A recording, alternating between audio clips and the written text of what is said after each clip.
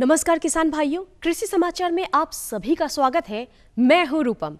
आइए सबसे पहले नजर डालें आज के मुख्य समाचारों पर। राज्य सरकार किसानों को हरी चादर योजना के अंतर्गत ढैंचा के बीज पर देगी अनुदान। किसानों के लिए उपयोगी है स्ट्रॉ रीपर यंत्र। और बटेर पालन कर सफल किसान बने रुपेश रोशन।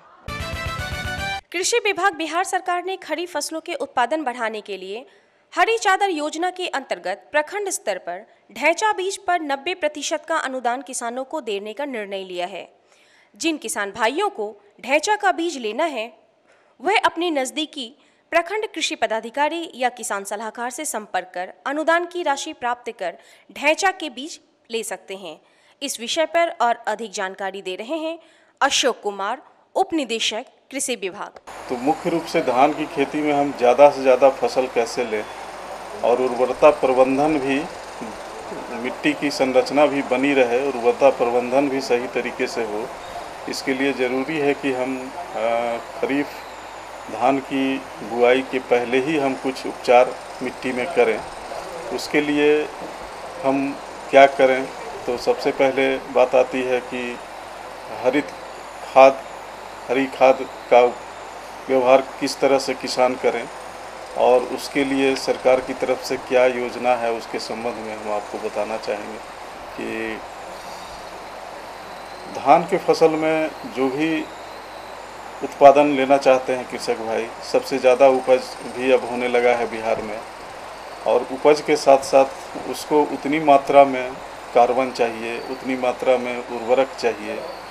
तो उसके पूरा करने के लिए ढैंचा जो हरी खाद है वह एक मुख्य स्रोत है।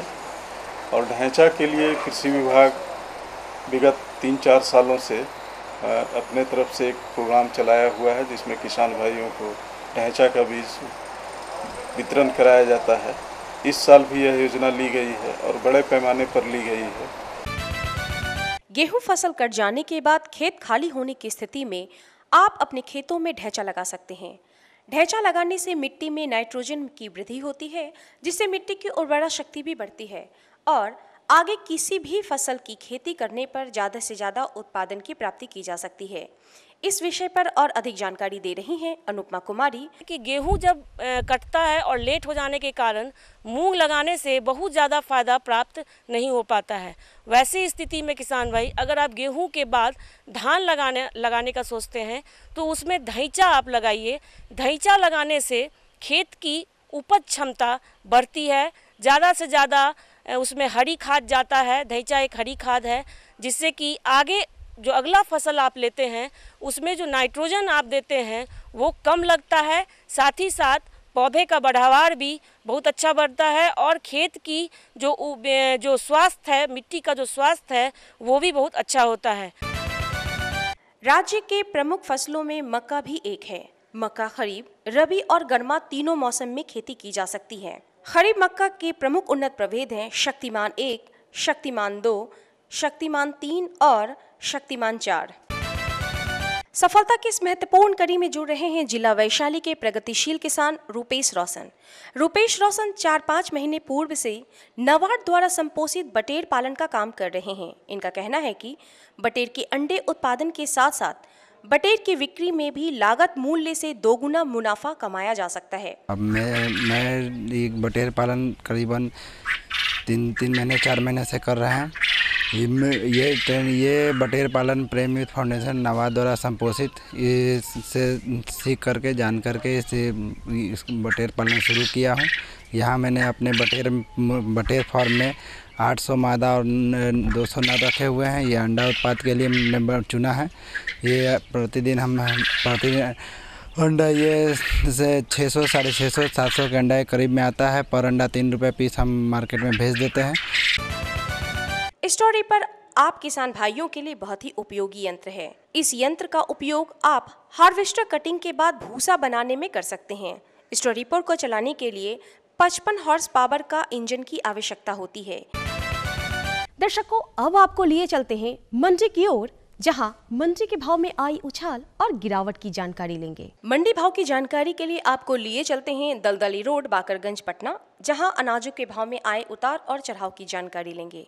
लोकल गेहूँ 1700 से 1800 का है और एमपी वाला प्रति क्विंटल, और एमपी वाला 2800 2900 का है प्रति क्विंटल। मंसूरी चावल 2200 का है और सोनम उसना में जो है 3000 का है। सोनम मरवा भी 3000 का है। मसूर दाल 72 रुपये किलो है, अरहर दाल 98 रुपये किलो है, चना दाल 56 रुपये किलो है। आइए लेते हैं मौसम की जानकारी। मौसम विभाग से प्राप्त जानकारी के अनुसार कल आसमान बिल्कुल साफ रहेगा, साथ ही अधिकतम तापमान 41 डिग्री सेल्सियस और न्यूनतम तापमान 30 डिग्री सेल्सियस रहने की संभावना है। दर्शकों, अभी आपने खेती से संबंधित नई नई तकनीक, मंडी भाव और मौसम के विषय में जाना। आइए अब आपको इस कार्यक्रम की अगली सेगमेंट की ओर लिए चलते हैं, जहां हमारे कृषि विशेषज्ञों द्वारा खेती से संबंधित विशेष जानकारी प्राप्त कर सकते हैं। किसान भाइयों, कृषि दर्शन कार्यक्रम में आपका बहुत बहुत स्वागत है।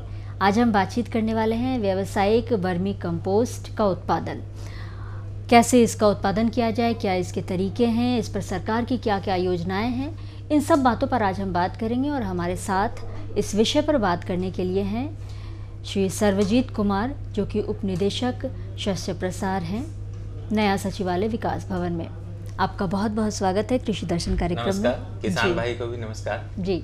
और जैसा कि हमने बताया, आज हम बातचीत कर रहे हैं व्यावसायिक वर्मी कंपोस्ट का उत्पादन। तो सबसे पहले हम ये जानना चाहेंगे आपसे कि ये रासायनिक खाद और वर्मी कंपोस्ट में क्या अंतर है, क्यों किसान वर्मी कंपोस्ट का ही प्रयोग करें? हाँ, इसमें किसान भाई को बता दें कि इसमें वर्मी कंपोस्ट क्यों ये रासायनिक खाद से बेहतर है। तो रासायनिक खाद में आप जानते हैं कि इसमें देखा गया है कि रासायनिक खाद हम लोग प्रयोग करते हैं तो उसका दुष्प्रभाव पड़ता है। जल में, मिट्टी में जो मिलता है, इसका दुष्प्रभाव असर पड़ता है, बुरा असर पड़ता है, जिसके कारण देख रहे होंगे कि कई तरह की बीमारियां मानव जीवन में इसके कारण हो जा रही हैं। और काफ़ी जानवर में भी हमारे जो खाते हैं उसमें भी इसका बुरा असर पड़ रहा है। इसलिए ये रासायनिक खाद के जगह हम लोग वर्मी कंपोस्ट ये ज़्यादा अच्छा है, जिसमें कि किसी तरह का नुकसान वाला कोई केमिकल नहीं है। और इससे उत्पादन में भी और सस्टेनेबल एग्रीकल्चर जो बोलते हैं कि कृषि में जो विकास होता है एक अच्छे ढंग से, और उसमें ये रसायन रहित बुरा प्रभाव करने वाला जो रसायन है इसमें ये नहीं है, इसीलिए वर्मी कंपोस्ट बेहतर है। अच्छा सर, किसान भाई तो ऐसे तो वर्मी कंपोस्ट प्रयोग में लाते हैं, लेकिन व्यावसायिक वर्मी कंपोस्ट का उत्पादन यदि किसान करना चाहें तो उसका क्या तरीका है, क्या क्या आवश्यकताएं हैं और विधि क्या होगी उसकी? किसान भाई को हम बता दें कि वर्मी कंपोस्ट तैयार करने के लिए जो हमारा बिहार सरकार की जो योजना है, इसमें 3 तरह से है। जैसे कि कोई इंडिविजुअल ये इकाई लेना चाहते हैं किसान, उसमें पक्का स्ट्रक्चर, पक्का संरचना बनाते हैं, एक तो वो विधि है। और दूसरा है कि एक HDPE, हाई डेंसिटी पॉलीइथिलीन, ये इसका जो बना हुआ आता है, हौदनुमा बना हुआ आता है, उसका रेडीमेड बना के आता है, वो इंडिविजुअल किसान ले सकते हैं, उसमें वर्मी कंपोस्ट तैयार कर सकते हैं, उसके लिए भी अनुदान है। और तीसरा तरह है कि व्यावसायिक स्तर पर जो वर्मी कंपोस्ट उत्पादन करना चाहते हैं, उसके लिए किसान भाई व्यावसायिक स्तर पर के लिए उसके लिए अलग विधि है। 3 तरह की योजनाएं यहाँ हैं। तो व्यावसायिक वर्मी कंपोस्ट उत्पादन के लिए किसान भाई को आवश्यकता है कि जिन किसान 3 तरह का है, जिसमें 3000 मेट्रिक टन उत्पादन के लिए, फिर 2000 मेट्रिक टन उत्पादन के लिए, 1000 मेट्रिक टन उत्पादन के लिए 3 तरह के कैपेसिटी जो उत्पादन का है, उसके लिए किसान भाई इसका लाभ ले सकते हैं। उसमें उनको है जैसे 3000 मेट्रिक टन उत्पादन करने के लिए जो किसान भाई व्यावसायिक वर्मी कंपोस्ट उत्पादन के लिए ये प्रस्ताव देंगे, तो उनको 1 एकड़ ज़मीन चाहिए। 1 एकड़ ज़मीन के बाद उसके बाद उनके नाम से होना चाहिए, या अगर उनके पास ज़मीन नहीं है तो किसी दूसरे का ज़मीन ले सकते हैं रजिस्टर्ड लीज करा के, लेकिन वो 25 साल का रजिस्टर्ड लीज होना चाहिए। ये 2 चीज़ आवश्यकता है। और किसी कंपनी के नाम से, किसी NGO के नाम से, चाहे जो इंडिविजुअल के नाम से, कोई भी इसको कर सकते हैं। इसमें उनको और आवश्यकता है कि उनका ये ये LPC, ज़मीन का LPC होना चाहिए, रसीद होना चाहिए, और इसमें फ़ोटो पहचान पत्र जिससे कि उनका पता का पूरा उसमें मालूम हो सके कि कहाँ के रहने वाले हैं। फिर पैन नंबर उसका होना चाहिए, उनके नाम से पैन कार्ड होना चाहिए, और उसमें ये एक शपथ पत्र देना पड़ता है कि हम 10 साल तक इसको करेंगे कार्य को, और हमको 10 साल का अनुभव भी है जो कि हम करते रहे हैं, और 10 साल हम जरूर करेंगे इसमें वर्मी कंपोस्ट। तो ये सब बेसिक चीज़ है, इतना ही चीज़, और एक परियोजना प्रस्ताव जमा करते हैं यहाँ निदेशालय में, और उसके बाद स्वीकृति दी जाती है। इसके बाद जब स्वीकृति होती है तो इनको उसमें उसके हिसाब से मॉइस्चर नापने का यंत्र, और उसमें मिक्सचर एक रखना पड़ता है, जैसे गोबर और कोई भी एग्रीकल्चरल कृषि अवशिष्ट होता है उसको मिलाने के लिए उसको मिक्सचर रखना पड़ता है। फिर और कुछ नहीं, गोबर की व्यवस्था करना पड़ेगा पर्याप्त मात्रा में। जैसे 3000 मीट्रिक टन उत्पादन के लिए 30,000 घन फीट उनको ये आयतन का बनाना पड़ेगा हौद। जैसे हम लोग देखते हैं प्रोजेक्ट, अगर मान लिया जाए एक नमूना के तौर पर, तो 400 हौद जो है एक बनाना पड़ेगा। जैसे एक हौद का डायमेंशन हम लोग रखते हैं 10 फीट लंबा हुआ, 3 फीट चौड़ा, 2.5 फीट ऊंचा। तो इस तरह का 400 बनाए तो इसका आयतन हो जाएगा 30,000 घन फीट। इसमें हमारा 3,000 मीट्रिक टन का क्षमता हो जाता है उत्पादन का। तो ये परियोजना प्रस्ताव में आता है, और 3,000 मीट्रिक टन का इसमें लागत जो होता है अभी 50 लाख रुपये है, जिसमें कि अनुदान 40% है किसान भाई को, जिसमें 2 किस्त में देते हैं। तो ये किसान भाई इसमें उसी तरह 2,000 घन फीट में इसी रेशियो से दिया जाता है, फिर 1,000 घन फीट के लिए उसी रेशियो से उनका ज़मीन भी कम होगा, और इस तरह। लेकिन आवेदन परियोजना प्रस्ताव के साथ निदेशालय, कृषि निदेशालय, ये जो विकास भवन है सचिवालय, इसी में देना पड़ता है। किसान भाइयों, यहाँ वक्त हो चला है छोटे से सूचनात्मक अंतराल का। हम जल्द हाजिर होते हैं इस अंतराल के बाद। ये लो और बताओ। बस। अरे ये क्या भैया जी, बस इतनी सी रासायनिक खाद? किसानी छोड़ रहे हो क्या? किसानी नहीं, नादानी छोड़ रहे हैं। मिट्टी की जांच कराई है, अब तो लालाजी जितनी जरूरत है उतने ही उर्वरक खेत में डालेंगे। हाँ, किसान भाई आज ही अपने जिले की नजदीकी भूमि परीक्षण प्रयोगशाला में मिट्टी की जांच जरूर करवाएं और मिट्टी में पोषक तत्व, नमी व पौधे के विकास को देखते हुए केवल जरूरत के अनुसार ही पोषक तत्व डालें। और हाँ, मिट्टी में गंधक, जस्ता, बोरोन जैसे सूक्ष्म पोषक तत्वों का पता लगाना भी न भूलें। उर्वरक और जैविक खाद के सही उपयोग से भूमि का उपजाऊपन बनाए रखें, उत्पादकता बढ़ाएं, खर्चा घटाएं और बहुमूल्य विदेशी मुद्रा बचाने में भी सहयोग दें। और हाँ, धीमी गति से नाइट्रोजन उपलब्ध कराने वाले उर्वरकों जैसे नीम लेपित यूरिया को प्राथमिकता दें और यूरिया का पत्तों पर छिड़काव करें। अरे वाह, तू तो सचमुच समझदार हो गया रे। अधिक जानकारी के लिए संपर्क करें जिला कृषि अधिकारी या किसान कॉल सेंटर।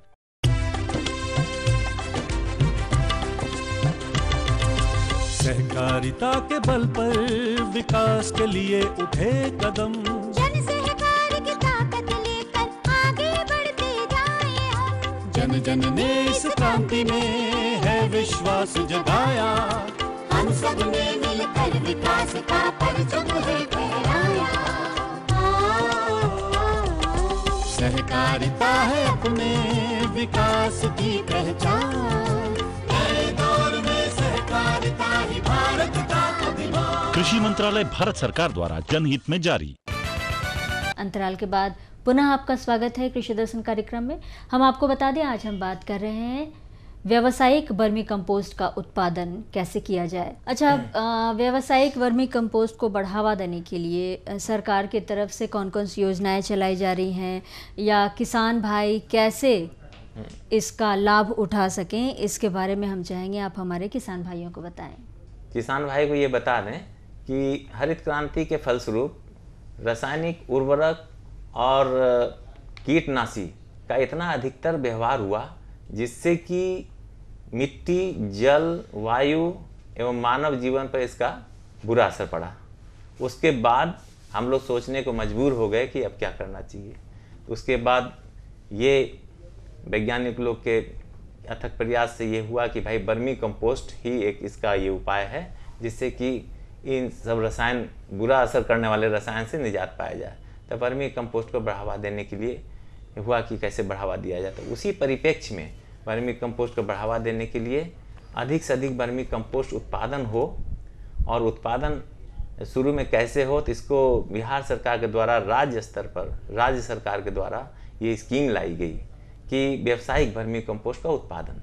तो व्यावसायिक वर्मी कंपोस्ट के उत्पादन का उद्देश्य हमारा ये है कि अधिक से अधिक हमारा उत्पादन कम समय में हो और हर एक किसान भाई को इसके बारे में जानकारी हो और ये अपने खेत में डालें और खुद इसका प्रचार प्रसार हो।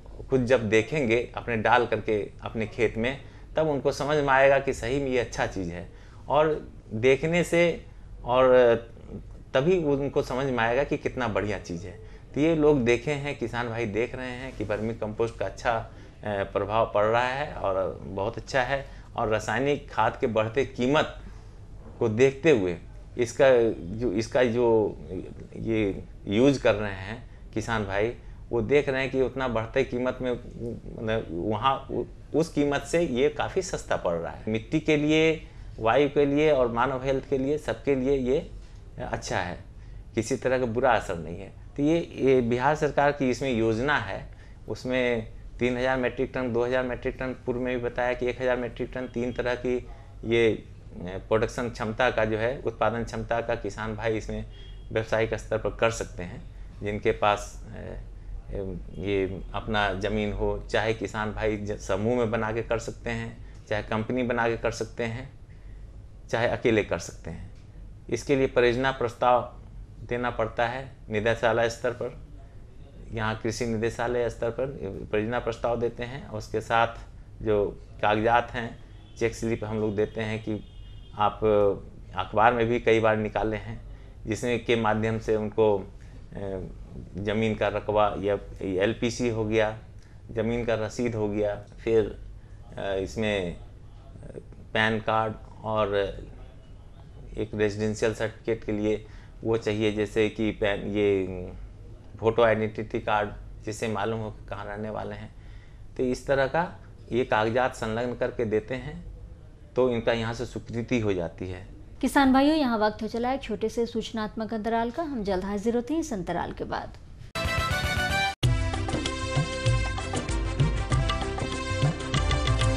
सहकारिता के बल पर विकास के लिए उठे कदम, जन सहकार की ताकत लेकर आगे बढ़ते जाएं हम। जन जन ने इस क्रांति में है विश्वास जगाया, हम सब ने मिलकर विकास का परचम है फहराया। दूर जहां सूरज उगता उस धरती से मैदानों तक, हिम शिखरों की श्वेत बर्फ से हिंद महासागर तक। श्वेत क्रांति हो, हरित क्रांति या ग्राम विकास की बात, एकता ही धर्म हो अब चाहे दिन हो या रात। हिंदू मुस्लिम सिख ईसाई सबने कदम बढ़ाया, हम सब ने मिलकर जब ये अभियान चलाया। कृषि मंत्रालय भारत सरकार द्वारा जनहित में जारी। क्या करूं? हाँ मैं ऐसे ही करूंगा। हाँ अच्छा मैं जा रहा हूँ। अच्छा जी जी जी हाँ ठीक है। जी जी जी। किससे बात कर रहे थे इतना हंस कर? किसान कॉल सेंटर, विशेषज्ञ से खेती के बारे में सलाह ले रहा था। सुबह भी रात को भी? किसान कॉल सेंटर सुबह 6 बजे से रात को 10 बजे तक खुलता है। रविवार को भी? हाँ भाई, साल के 365 दिन खुलता है। और इतना फोन का बिल कौन भरेगा? अरे किसान कॉल सेंटर की सेवा मुफ्त है। पर तुम ये सब क्यों पूछ रही हो? मैं तो कुछ और ही समझी थी।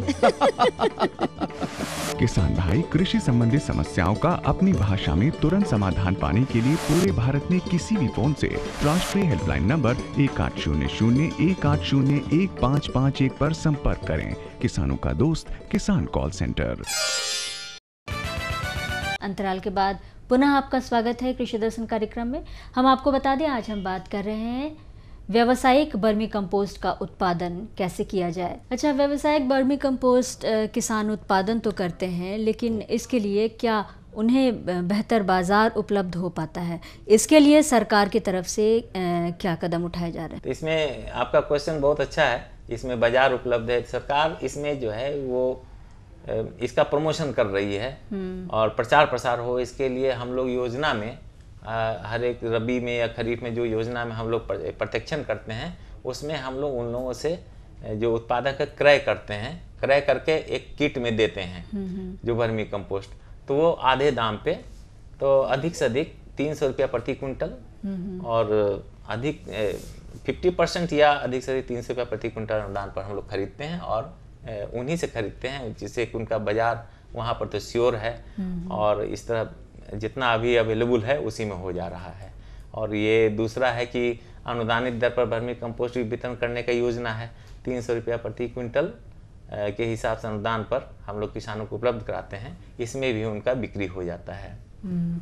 चलिए, तो बहुत अच्छी जानकारी दी व्यावसायिक वर्मी कंपोस्ट के उत्पादन के ऊपर। आज हम लोगों ने जाना कैसे इसके क्या विधि है, क्या तरीका है इसका, और सरकार की तरफ से इसे बढ़ावा देने के लिए कौन कौन से कदम उठाए जा रहे हैं और कौन कौन सी योजनाएं हैं। उम्मीद करती हूँ किसान भाई इन योजनाओं से जरूर लाभान्वित होंगे और अधिक से अधिक मुनाफा करेंगे।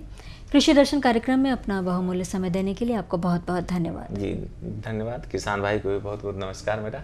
तो किसान भाइयों, आज हमने जाना व्यावसायिक वर्मी कंपोस्ट का उत्पादन, इसके क्या तरीका है, क्या इसकी विधि है और सरकार की तरफ से इसको बढ़ावा देने के लिए कौन कौन सी योजनाएं चलाई जा रही हैं। आज इस अंक में इतना ही। अगले अंक में आपसे फिर होगी मुलाकात एक नए विषय और नए विशेषज्ञ के साथ। तब तक के लिए हमें और हमारी पूरी टीम को दीजिए इजाज़त। नमस्कार।